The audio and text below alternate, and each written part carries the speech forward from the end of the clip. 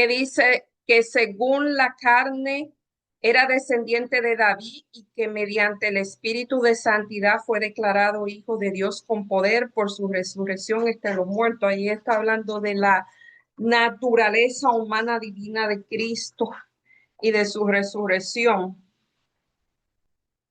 Esto es un resumen de los pasajes del Antiguo Testamento, se refiere a los pasajes concretos del Antiguo Testamento en este conjunto, la muerte y la resurrección. O sea, esto, por lo menos en mi Biblia, esto lo hacen los que escriben, o sea, los que traducen esta Biblia y los que la imprimen, que le ponen título, pero por a mí dice el capítulo 15 esos primeros versículos, síntesis del Evangelio, es el Evangelio. Cristo vino, nació, vivió, murió y resucitó para salvación. Ese es realmente un resumen de lo que es el Evangelio.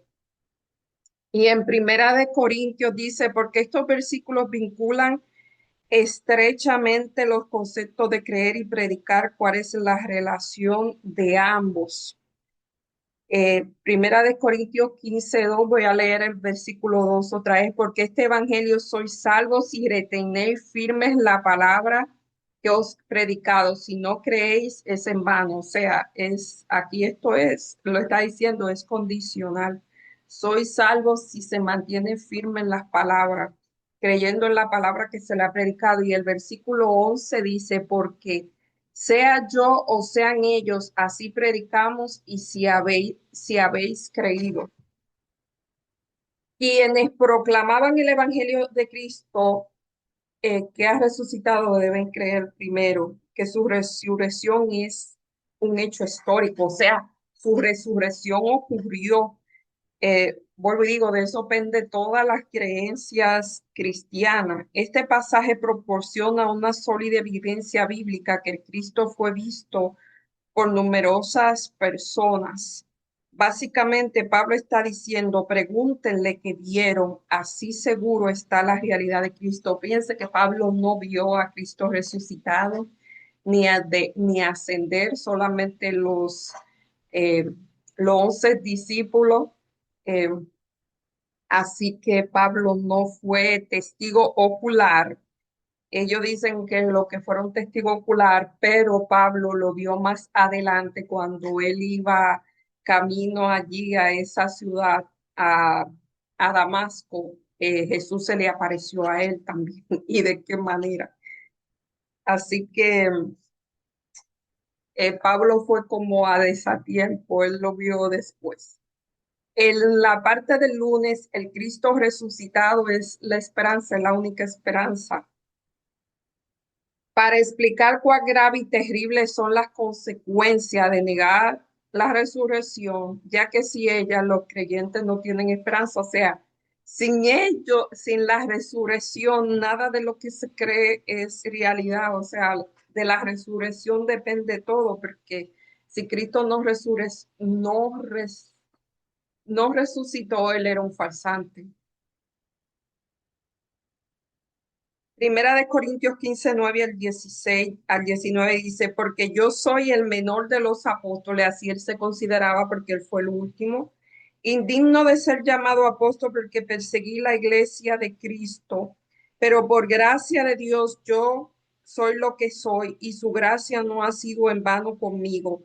Antes trabajé más que todos ellos, pero no yo, sino la gracia de Dios que está conmigo. Pablo estaba clarito, porque sea yo o sean ellos, así predicamos, o sea, no importa quién sea, no importa quién hizo más o quién hizo menos, él sabe que fue a través de la gracia de Cristo y lo que hicieron los dos es necesario. Siendo que se predica que Cristo resucitó, como algunos de vosotros dicen que no hay resurrección de los muertos, aquí está la creencia, estaba influyendo, el entorno estaba influyendo en la iglesia, o sea, no sé qué ellos buscaban si no creían que no había resurrección. Y si Cristo no resucitó, nuestra predicación es vana y nuestra fe también es vana. Y aún nosotros seríamos falsos testigos de Dios, ya que afirmamos que resucitó a Cristo. ¿A quien no resucitó si fuera verdad que los muertos no resucitan? porque si los muertos no resucitan, tampoco Cristo resucitó. Ay, aquí está Pablo filosofando. Y si Cristo no resucitó, vuestra fe es vana y aún estáis en vuestros pecados. Entonces, ¿por qué estáis en vuestro pecado? Porque Cristo era el que da el poder para vencer el pecado. Entonces también los que durmieron en Cristo estarían perdidos, porque si Cristo no resucitó, pues ya se acabó todo. Si solo está viva, si solo para esta vida esperamos en Cristo, seríamos lo más desdichados de todos los hombres, porque ¿para qué hicieron todo lo que hicieron? Si ya ahora me viene un versículo en la de Cristo, no existe algo así, comamos y bebamos y mañana morimos, una cosa así.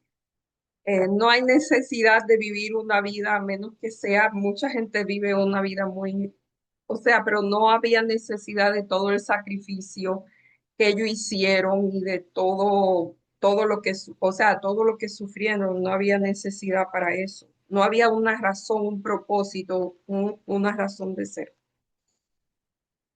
En general, los paganos no creían en la resurrección. En el mundo donde Pablo, habían varias escuelas, había estaba la escuela de Platón. Platón es uno de los sabios de la antigüedad muy conocido en la época. Ellos lo que creían era en la dualidad del alma, o sea, ellos lo que creían era que este cuerpo que tenemos era bajo y que era una prisión, como una jaula. El cuerpo era la prisión del espíritu y para ellos trascender era morir. Cuando ellos morían estaba bien porque salían de la prisión del cuerpo. Y para ellos resucitar era regresar, o sea, para ellos morir y que el alma saliera del cuerpo era como un ascenso. El regresar, o sea, el que hubiese una resurrección, volver a la prisión del cuerpo era como retroceder. Así mayormente es, o sea, para ellos el cuerpo era abominable y, o sea, bueno, abominable es una palabra fuerte, pero el cuerpo era algo que lo ataba, o sea, algo que no estaba bien. Yo te quería, le gustaba, como dice Pablo, dominar el cuerpo. Em, entonces, la resurrección no era algo bueno. Entonces viene Pablo y dice todo lo contrario a lo que ellos dicen. Así podemos entender el contexto, el marco histórico en que se escribe Pablo. Pablo en el capítulo 15 está debatiendo todo lo que ellos dicen, porque para ellos la resurrección sería un retroceso y para Pablo es la glorificación realmente. Es, bueno, es el cuerpo transformado, es morir a este cuerpo corruptible a uno incorruptible. Así que Pablo está echando o sea, está debatiendo esto. Pero aún así, si la resurrección no había ocurrido, la esperanza de los creyentes estaba basada en una mentira y seguían sujetos a las consecuencias eternas del pecado o a la muerte. O sea, para ellos la muerte era algo bueno y para nosotros la muerte, ¿qué podría decir? Es un intruso, pero que nos puede llevar a algo mejor, que es la resurrección. De hecho, Pablo dice que si no hay resurrección de los muertos, primero, Cristo no resucitó y esa es la parte más importante de todas.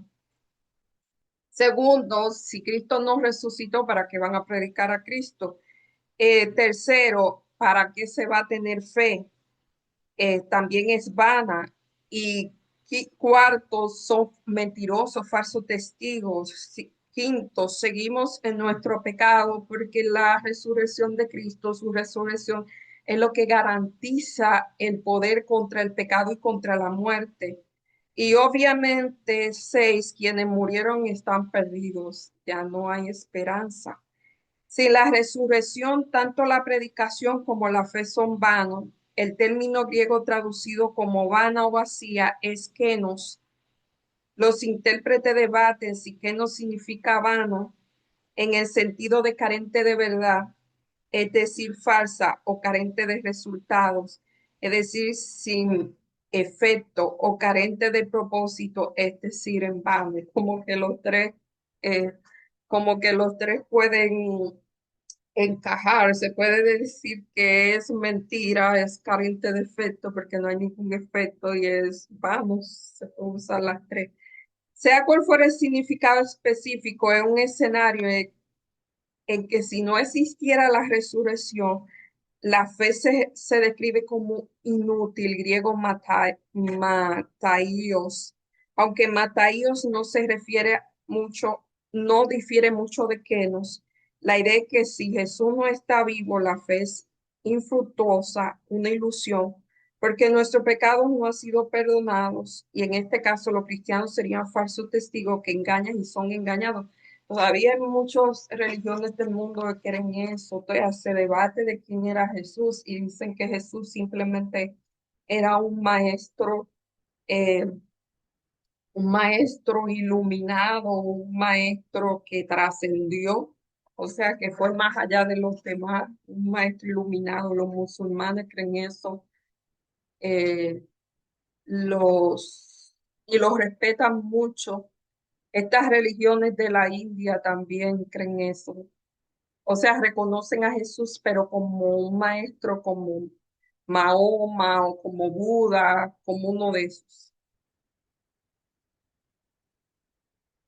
El parte del martes, Cristo la primicia. Si Jesús no estuviera vivo, no hay expectativa de futuro, no hay esperanza, no se necesita fe, nada. Jesús terminó. Pero lo cierto es que Cristo resucitó de los muertos, su resurrección es un hecho histórico, algo que ocurrió. Por consiguiente, podemos estar seguros de que todo lo que ha muerto en Cristo, de eso depende, de la resurrección de Cristo, depende que lo que ha muerto en Cristo pueda resucitar. Em, por, por lo cierto es que Cristo resucitó de los muertos y fue hecho primicia, o sea, el primero. Fíjense que no fue el primero que resucitó, pero el primero que resucitó desde Adán. O sea, el primero que resucitó con el poder de resucitar a los demás. O sea, el primero en su categoría. Porque así como la muerte vino por un hombre, ¿ve? La muerte vino por un hombre, también por un hombre vino la resurrección, porque por Adán todos mueren, pero por Cristo todos serán muertos a la vida, pero eso es el primero. Adán no ha resucitado, Jesús sí. Pero cada uno en su orden. Cristo la primicia después de los que son de Cristo, Él es el primero. Cuando Él venga, entonces vendrá el fin y Cristo entregará el reino. Era hasta el 23, dice. Cristo cuando, ajá, pero cuando en su orden Cristo la primicia, después de lo que son de Cristo, cuando Él venga, hasta ahí. El fin, la presente era malvada. El fin de la presente era malvada, estaba marcada por la resurrección corporal de quienes murieron en Cristo. Como el último Adán, Cristo devolverá el reino al Padre a entregarlo al dominio de este mundo. Recuerden que el enemigo, cuando Adán pecó, el enemigo fue que tomó dominio de este mundo. Adán se lo entregó. El sometimiento de Cristo a Dios debe ser entendido en términos como se describe la relación entre Adán y Cristo, como en Adán definitivo el plan de redención. Jesús se somete por completo a la voluntad del Padre, algo que el primer Adán parece que no hizo, o al momento en que fue tentado, él no lo hizo. Fíjense que Adán en un mundo perfecto, sin hambre, él venció, perdón, él pecó, teniendo un cuerpo perfecto, no teniendo esa, o sea, no teniendo ninguna necesidad de pecar, Él pecó. Cristo en un mundo imperfecto, en un cuerpo humano, con hambre, se le tentó a que usara su poder. Si ustedes ven las tres tentaciones que Cristo tuvo y que durante toda su vida, no solamente fue esa, pero esas fueron como que con todo, era a que Jesús utilizara su poder. O sea, eh, si alguno de nosotros se nos dice, uno tiene un hambre de 40 días y se le dice, eh, convierte la piedra en pan, uno no puede convertir la piedra en pan. O sea, las tentaciones de Jesús era para que él usara su divinidad, para que él dejara de, o sea, mostrara quién era él realmente. Eh, Porque ahí terminaba el plan de salvación si él mostraba quién era en realidad, si él abordaba la misión. Todas eran para que él abordara la misión, todas eran para que él abordara la misión. Siempre fue así. Eh, Era usa tu poder, siempre era así. En la cruz no era que él muriera, era usa tu poder, porque si él moría iba a resucitar. eh, Porque él no era pecador, la muerte no puede mantener a una persona que no es pecador, él no era pecador, así que él no, pero era, usa tu poder, o sea, vete, y fue algo, o sea, fue algo bien, bien fuerte, saca a relucir quién tú eres en realidad. Si lo vemos, casi siempre fue así. Si lo vemos con detenimiento, cada vez que él se acercaba a los fariseos y los publicanos, venían a tentarlo, era eso. Él podía decir, mire quién usted quién se cree que soy yo. Em, o sea, los dos fueron tentados y uno cayó siendo en un entorno perfecto, en un cuerpo perfecto, y Jesús en un cuerpo humano. eh, que no era muy perfecto, o sea, ya con 4.000 años de pecado, él no cayó en pecado. Debe ser entendido en términos de cómo se describe la relación. Pablo retorna su exposición acerca de la insensatez de negar la resurrección. Utiliza la ilustración del bautismo porque en sí mismo un símbolo de la unión con el creyente, con Cristo en el bautismo. El creyente participa simbólicamente de la muerte y de la resurrección de Cristo. En vista de ella no tiene sentido negar la realidad de la resurrección. Sin embargo, les resulta difícil comprender es lo que Pablo quiso decir la expresión bautizados por causa de los muertos. Y aquí hay una porción del comentario bíblico Andrews que dice, se han presentado varias sugerencias, pero la mejor forma de interpretarla es como una referencia a la decisión de algunos de ser bautizados para poder volver a encontrarse en la resurrección con sus seres amados y fallecidos.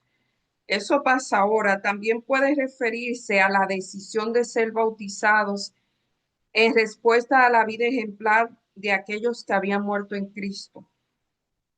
Este caso se refería pues a las personas que se bautizan no en lugar de los muertos, sino a causa de los muertos.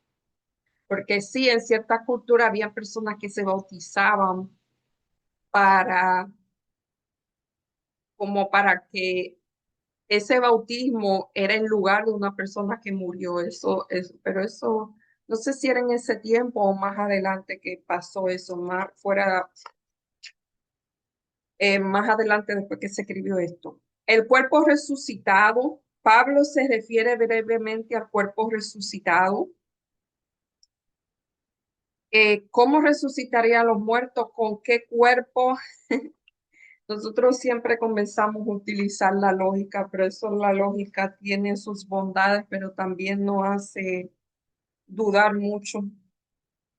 porque en cosas así no hay mucha lógica. Necio, lo que siembran, y aquí él hace una analogía de la semilla cuando se siembran. Las personas que han sembrado, que hemos sembrado, saben que la semilla es algo pequeño, por más grande que sea, quizá la semilla de un aguacate o qué sé yo, que son semillas grandes.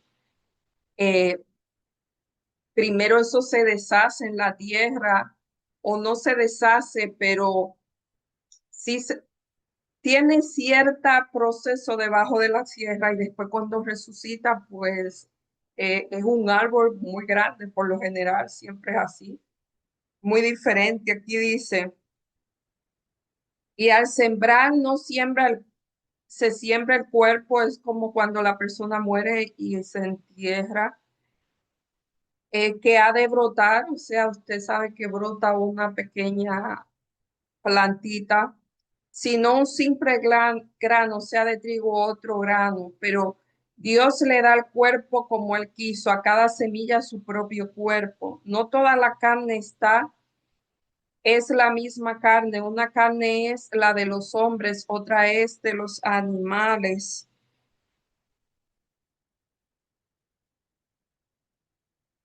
Otra de los animales, otra de los peces, y hay un cuerpo celestial y un cuerpo terrenal. Hay cuerpos celestiales y cuerpos terrenales. Y uno es el esplendor de los celestiales y otro el esplendor de los terrenales.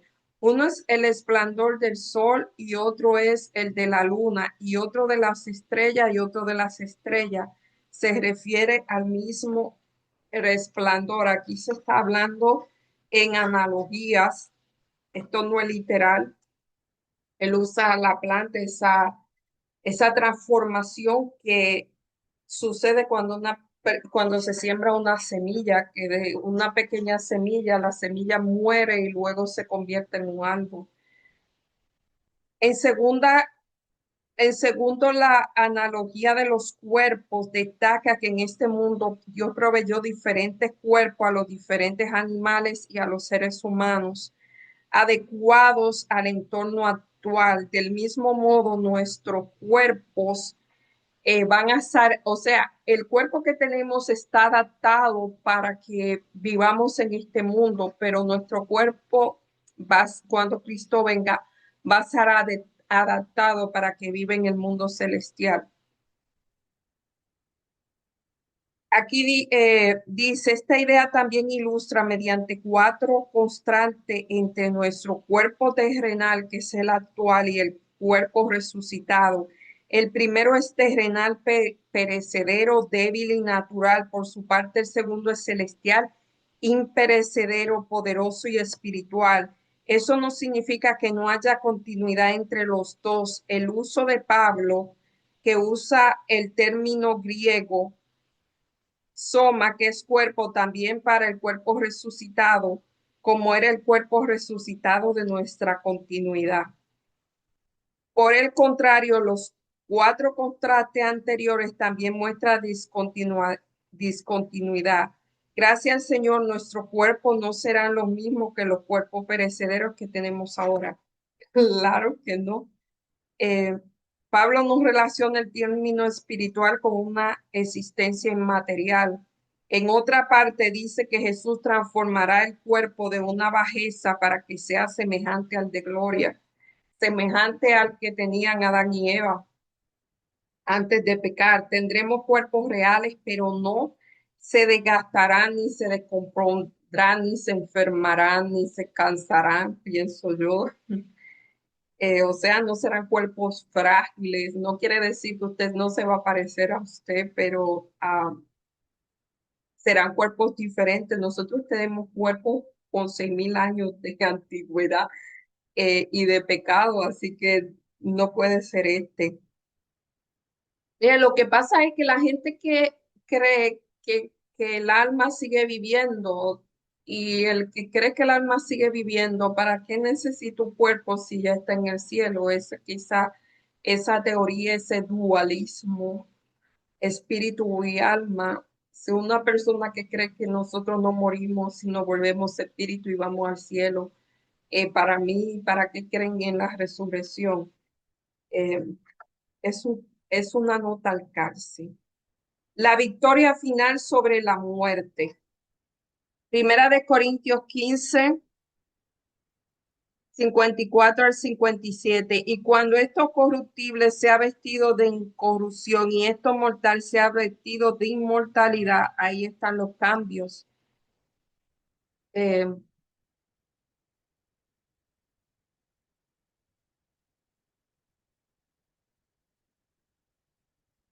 o sea que hay un cambio, se ha transformado.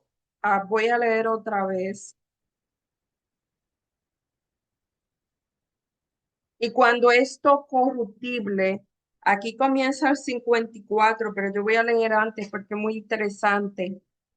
Dice, porque es necesario que esto corruptible sea vestido de incorrupción, o sea, nuestro cuerpo corruptible sea vestido de incorrupción y esto mortal sea vestido de inmortalidad.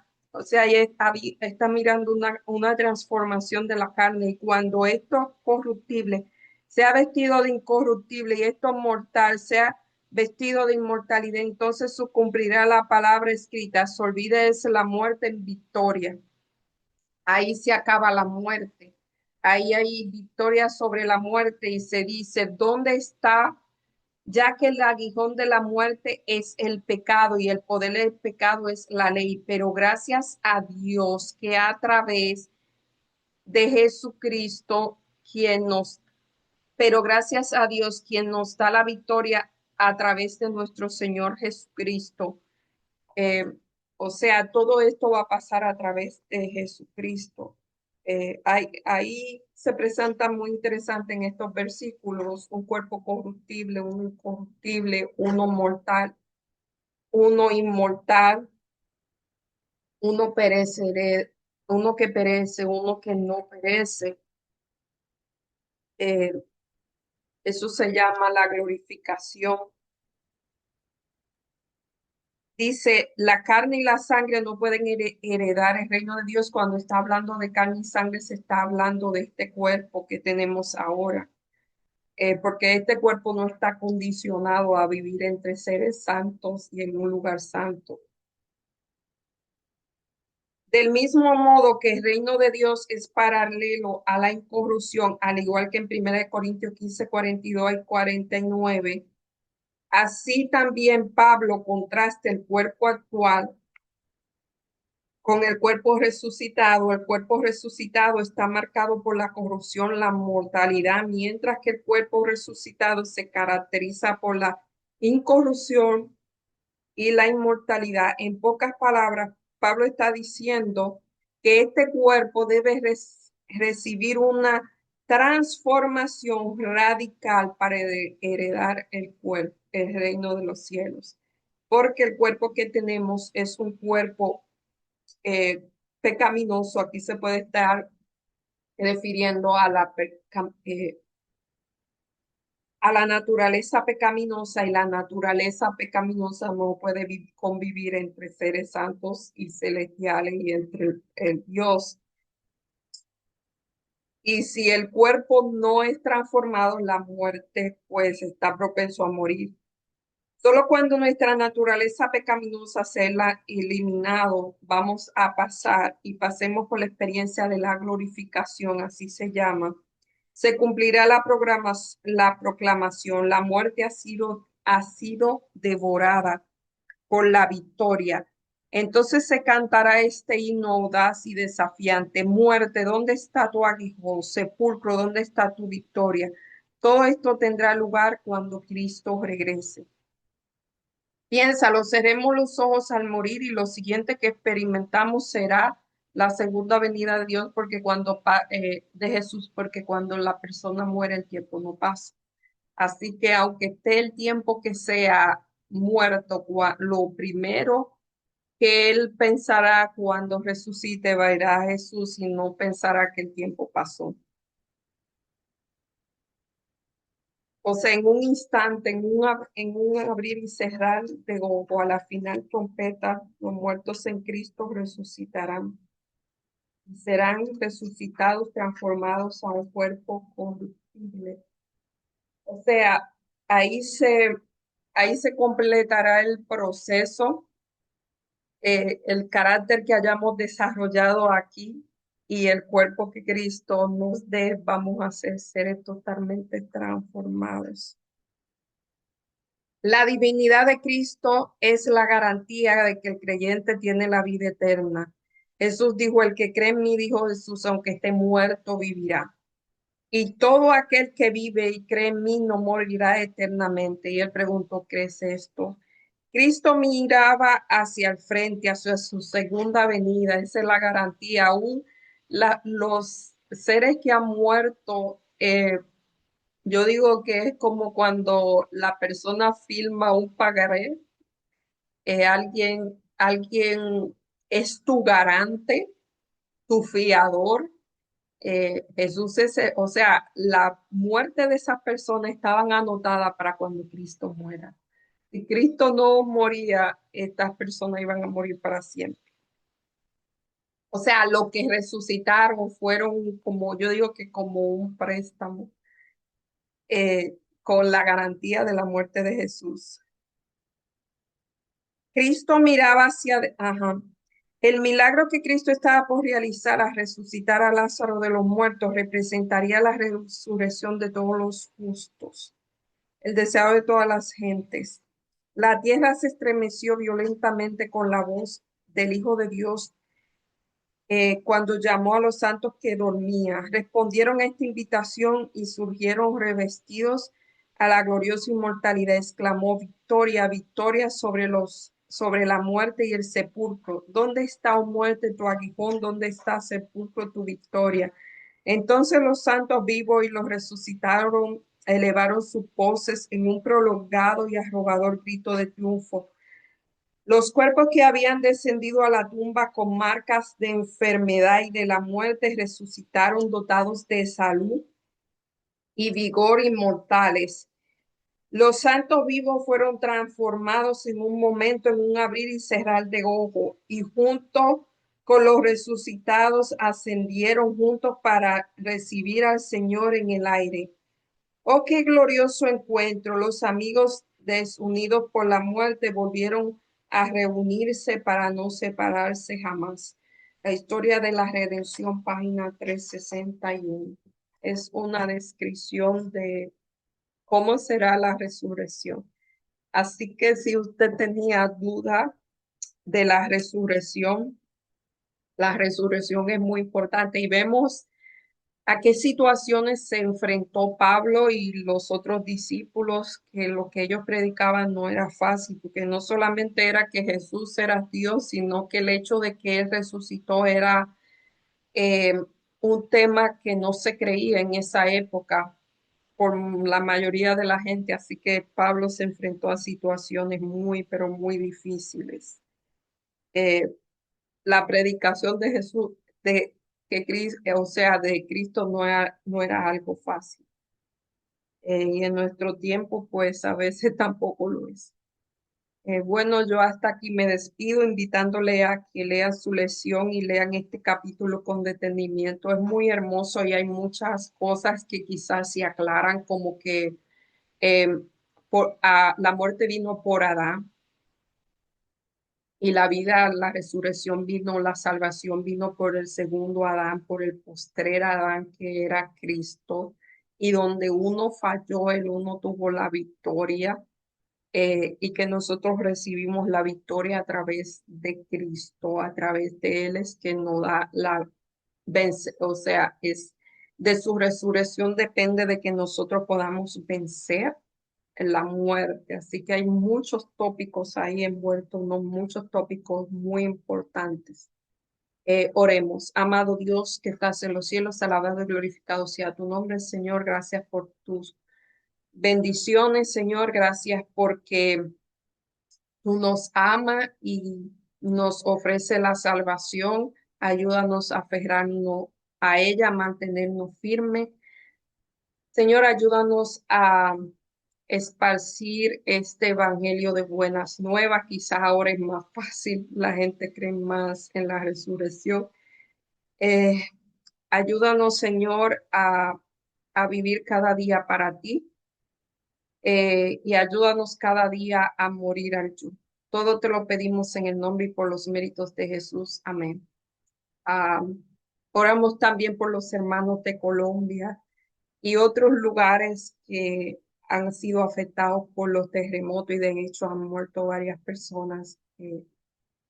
El Señor esté con ellos y siempre pienso en las personas que van a rescatar. Eso no es un trabajo fácil y por lo que están atrapados, eso tampoco debe ser muy fácil. Eh, Nos vemos la próxima semana si así Dios lo permite.